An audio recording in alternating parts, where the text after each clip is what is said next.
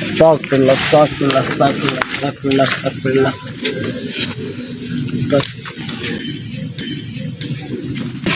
বন্দুক আছে না?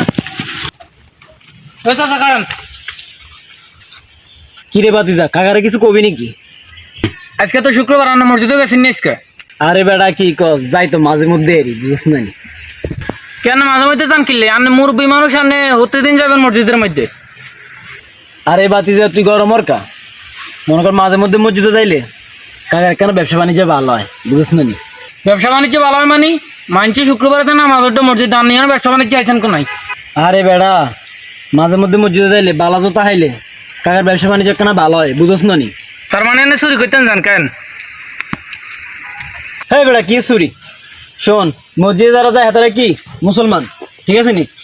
তো মুসলমান কি বাই বাই, তবে এক বেজো তার আরেক বেআইনতে হারে, এটা কি চুরি হইল নি? হ্যাঁ কি আদি শুনাইলেন চাচা? ভাই ভাই ভাই ভাই ভাই ভাই